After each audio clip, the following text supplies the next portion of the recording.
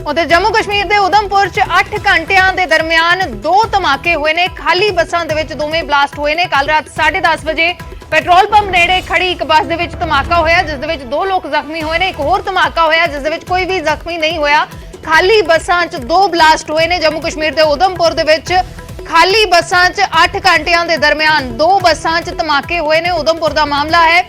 कल रात 10:30 बजे पेट्रोल पंप नेड़े खड़ी बस दे विच धमाका होया, 2 लोग जख्मी हुए ते अज सवेरे 6 बजे पुराने बस अड्डे ते खड़ी बस दे विच धमाका होया है।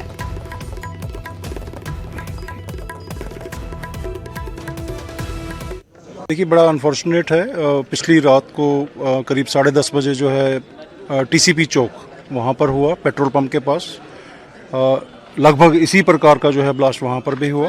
रात को हम करीब 2 बजे वहाँ से वापस लौटे हैं और अभी सुबह 6 साढ़े 6 बजे खबर यहाँ मिल जाती है कि ब्लास्ट हुआ। ये बड़ा अनफॉर्चुनेट पार्ट है।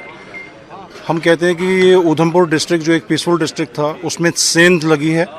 आप जानते हैं कि यहाँ नॉर्दर्न कमांड का हेडक्वार्टर है, पुलिस का यहाँ ट्रेनिंग कॉलेज है, एयरफोर्स का बेस है, ITPP का बेस है। इतना सुरक्षा का तामझाम होने के बावजूद भी इस तरीके ब्लास्ट जो हैं वो यहाँ पर शुरू हो गए हैं। मैं ये मानता हूँ कि इसमें प्रशासन की, पुलिस की बहुत बड़ी एक जो है नाकामयाबी है कि कल रात को अगर वहाँ पे हुआ तो बस स्टैंड एक क्रूशियल जगह थी जिसको इनको ठीक कर लेना चाहिए था, प्रोटेक्शन यहाँ दे देनी चाहिए थी, जो नहीं हो पाया। ਤੇ ਇਸ ਖਬਰ ਤੇ ਹੋਰ ਜਾਣਕਾਰੀ ਦੇ ਲਈ ਸਾਡੇ ਸਹਿਯੋਗੀ ਤੇਜਿੰਦਰ ਸੋਢੀ ਜੁੜੇ ਨੇ। ਤੇਜਿੰਦਰ, ਕੀ ਕੁਝ ਤੁਹਾਡੇ ਕੋਲ ਪੂਰੀ ਜਾਣਕਾਰੀ ਇਸ ਮਾਮਲੇ ਤੇ ਹੁਣ ਤੱਕ ਜਾਂਚ 'ਚ ਕੀ ਕੁਝ ਸਾਹਮਣੇ ਆਇਆ ਹੈ?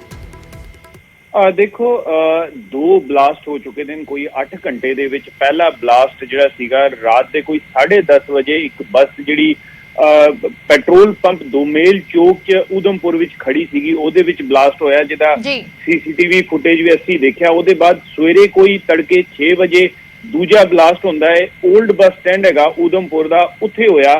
ਤੇ ਜਿਹੜਾ ਪਹਿਲਾ ਬਲਾਸਟ ਸੀਗਾ ਉਹਦੇ ਵਿੱਚ 2 ਜਿਹੜੇ ਸਿਵਿਲੀਅਨ ਸੀ ਉਹ ਇੰਜਰਡ ਸੀ, ਜਿਨ੍ਹਾਂ ਨੂੰ ਹਸਪੀਟਲ ਸ਼ਿਫਟ ਕਰ ਦਿੱਤਾ ਗਿਆ ਸੀ।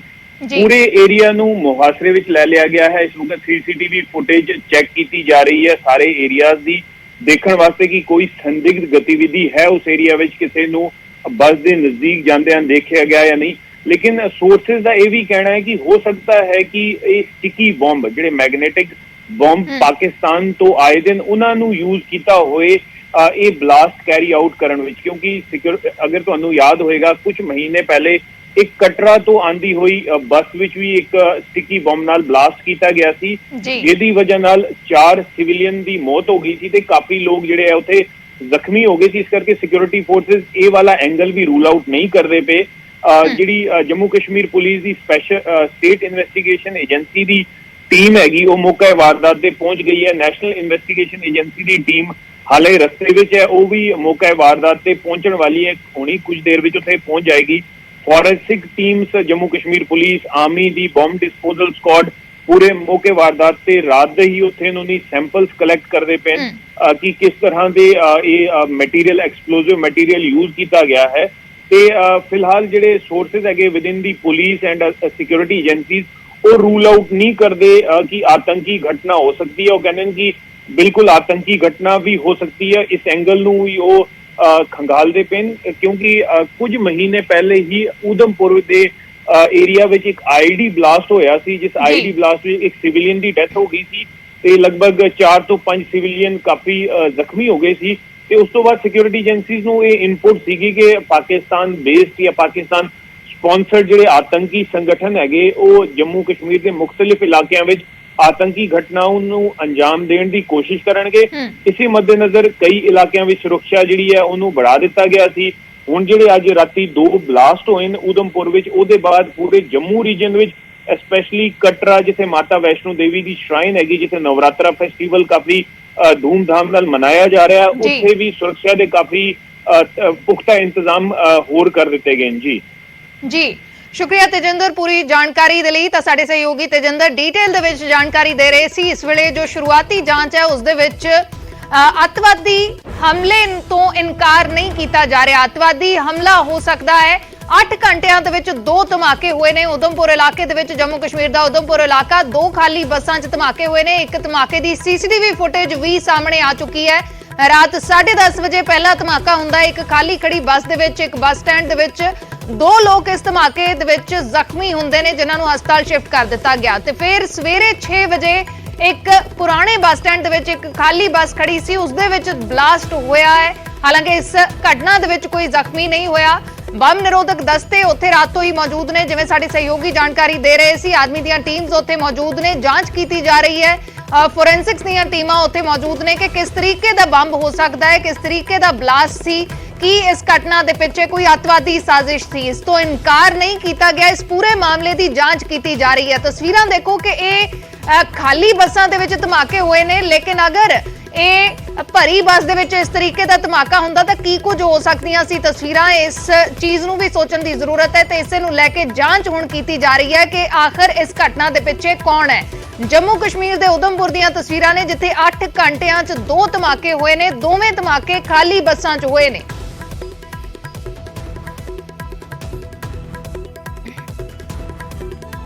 ਉਧਰ ਤਰਨਤਾਰਨ ਦੇ ਵਿੱਚ ਭਾਰਤ ਪਾਕਿਸਤਾਨ ਸਰਹੱਦ ਤੇ ਫਿਰ ਤੋਂ ਡਰੋਨ ਦਿਖੇ ਨੇ। 2 ਅਲੱਗ-ਅਲੱਗ ਥਾਵਾਂ ਤੇ ਡਰੋਨ ਨਜ਼ਰ ਆਏ ਨੇ। ਅਮਰਕੋਟ ਤੇ ਭੀਖੀਵਿੰਡ ਦੇ ਵਿੱਚ ਡਰੋਨ ਨਜ਼ਰ ਆਏ ਨੇ। ਬੀਐਸਐਫ ਨੇ ਡਰੋਨ ਤੇ ਕਈ ਰਾਉਂਡ ਫਾਇਰਿੰਗ ਕੀਤੀ, ਜਿਸ ਤੋਂ ਬਾਅਦ ਇਹ ਪਾਕਿਸਤਾਨ ਵੱਲ ਪਰਤ ਗਏ।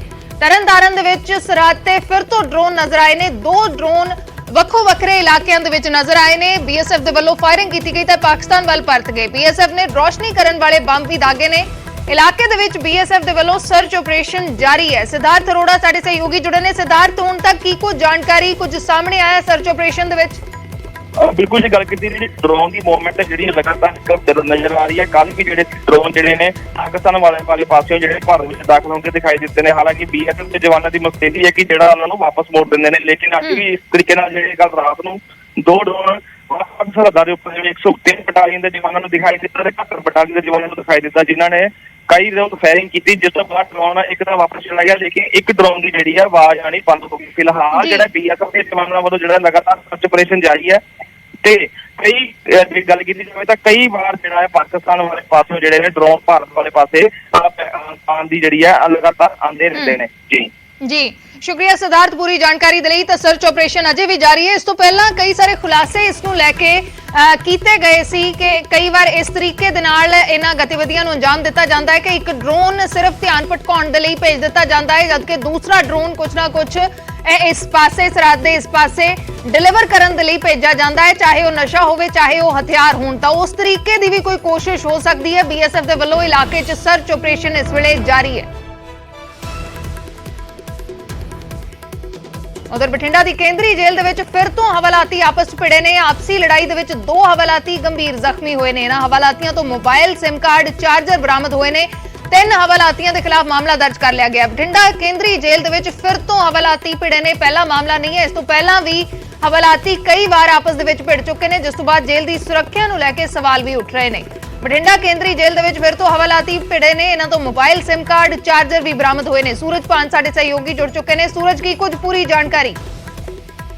ਦੇਖੋ ਜੀ, ਬਠਿੰਡਾ ਦੀ ਕੇਂਦਰੀ ਜੇਲ੍ਹ ਦੀ ਗੱਲ ਕੀਤੀ ਜਾਵੇ ਹਰ ਦਿਨ ਵਿਵਾਦਾਂ 'ਚ ਰਹਿੰਦੀ ਹੈ। ਹਾਲਾਂਕਿ ਕੇਂਦਰ ਸਰਕਾਰ ਨੇ ਇੱਥੇ ਅਰਧ ਸੈਨਿਕ ਬਲ ਜ਼ਰੂਰ ਤੈਨਾਤ ਕਰ ਦਿੱਤੇ ਸੀ ਸਟੇਟ ਦੀ ਮੰਗ ਦੇ ਉੱਪਰ, ਪਰ ਉੱਥੇ ਅਪਰਾਧਿਕ ਮਾਮਲੇ ਨੇ ਜਿਹੜੇ ਦਿਨੋਂ ਦਿਨ ਵੱਧ ਰਹੇ ਨੇ। ਕਦੇ ਮੋਬਾਈਲ ਫੋਨ ਬਰਾਮਦ ਹੁੰਦੇ ਨੇ ਤੇ ਕਦੇ ਗੈਂਗਸਟਰ ਨੇ ਫਰੌਤੀਆਂ ਮੰਗਦੇ ਨੇ। ਜੇ ਬਠਿੰਡਾ ਦੀ ਕੇਂਦਰੀ ਜੇਲ੍ਹ ਦੀ ਗੱਲ ਕੀਤੀ ਜਾਵੇ ਤਾਂ ਸਭ ਤੋਂ ਸੈਂਸਿਟਿਵ ਜੇਲ੍ਹ ਮੰਨੀ ਜਾਂਦੀ ਹੈ, ਕਿਉਂਕਿ ਕਾਫੀ ਗਿਣਤੀ ਕਿਤੇ ਗੈਂਗਸਟਰ ਨੇ ਬੰਦ ਨੇ।